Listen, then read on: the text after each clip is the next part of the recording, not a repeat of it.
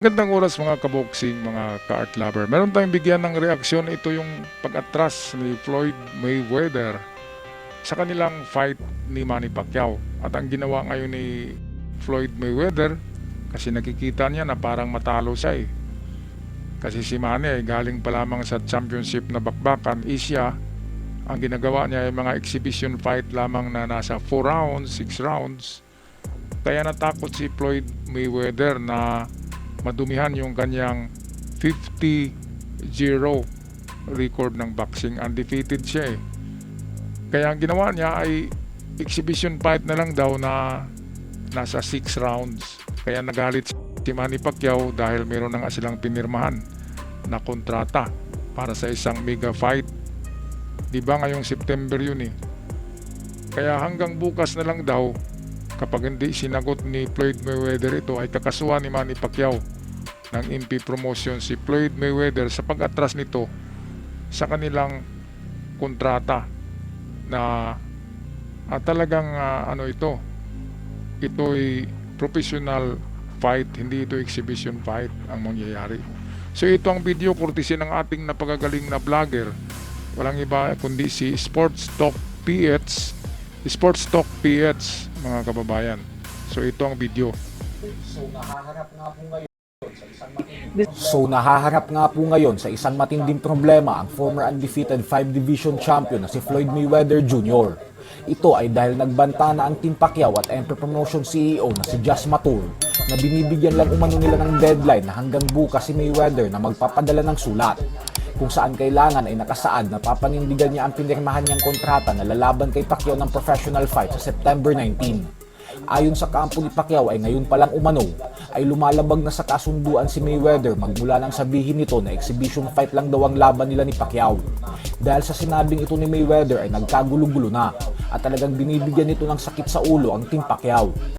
Ganun pa man ay giniit pa rin ang kampo ni Pacman na tuloy pa rin ang laban kasi tatlong kontrata pa umano ang pinirmahan ni Mayweather. Exhibition fight lang eh, walang kakwenta-kwenta yan eh. Ay siguradong mabudol-budol ang mga manonood nito dahil ang mahal-mahal ng bayad niyan, mahal ng ticket niyan, tapos exhibition fight lang. Walang nakasalang na belt, di ba? Ang gusto ni Manny ay championship eh. Kasi galing pa siya, di ba, sa championship kay Mario Barrios. So dapat championship fight o professional fight ito para yung gusto ni Manny na masira yung record ni Floyd Mayweather na undefeated, magiging defeated siya kay Manny. Ito yung pinaghandaan ni Manny. Isa statistic, si Manny Pacquiao ay mas bata ng 2 taon kay Floyd Mayweather. Si Manny Pacquiao ay galing pa sa championship. Matulis pa, di ba? Galing pa kay Mario Barrios na fight. Si Floyd Mayweather ay exhibition na lang. Ang mga kalaban niya ay hindi mga boksingero, mga vlogger lang. Kaya kinakalawang na si Floyd Mayweather at matanda na siya at alam na ni Manny kung paano siya talunin dahil alam na ni Manny ang galawan ni Floyd Mayweather sa boxing. Kaya meron ng counter na nakahanda dyan.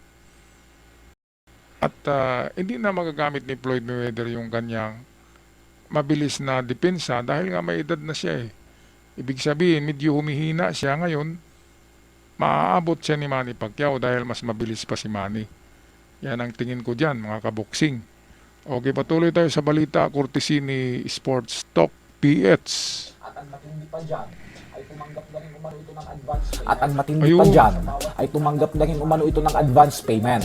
Kung saan sa bawat kontratang pinirmahan ni Mayweather ay binayaran na siya. Breach of contract na yan, kaso na yan. Binayaran na pala eh.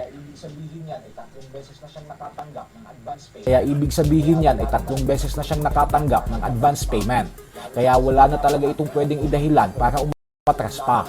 Lalo pat sa simula pa lang ay alam na umano ni Floyd na totoong laban ang pinirmahan niya. Kaya kapag nabigo si Mayweather na magpadala ng sulat bukas sa kampo ni Pacquiao na tutuparin niya ang napagkasunduan sa negosasyon at kontrata, ay agad nang magsasampa ng kaso ang kampo ng ating pambansang kamao. Floyd Mayweather sa kaso na yan. Kaya nga pumayag si Mayweather na magkaroon sila ng fight ni Manny kasi nangangailangan talaga si Floyd Mayweather ng pera ngayon kasi marami palang si Floyd Mayweather, mga babayaran na hindi nabayaran. Katulad na lamang na yung mga binili niya na bahay na hindi niya nabayaran ng full. Nag-ano kasi to bumibili ng maraming mga condominium, mga mansion at hindi nababayaran ng full. Kaya kailangan niya talagang magipagsuntukan kay Manny para makakolekta siya ng bilyon-bilyon sa piso. Balita ko ang hatian nila dito ay 7 billion pesos sa pesos. 7 billion kay Floyd Mayweather, 7 billion din kay Manny. Ganon yung hatian nila, estimated 14 billion ang kita ng ano na yan ng super fight na yan. Kaya dapat lang na championship professional fight talaga ito. Dahil parehong mga legend kung exhibition para lang yan sa vlogger. Sa mga vlogger lang yan. Kaya, nako, maubos yata ang pera ni Floyd Mayweather kung hindi siya makipagbakbakan kay Manny ng professional fight. Okay, so ano ang tingin niyo dito mga kababayan? Natakot ba si Floyd Mayweather na masira yung kanyang undefeated record? Yung pagiging pretty boy niya ng boxing? O mayroon pang ibang dahilan diyan?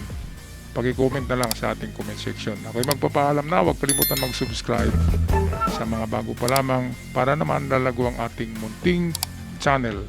Hanggang sa muli, paalam at ingat ang lahat.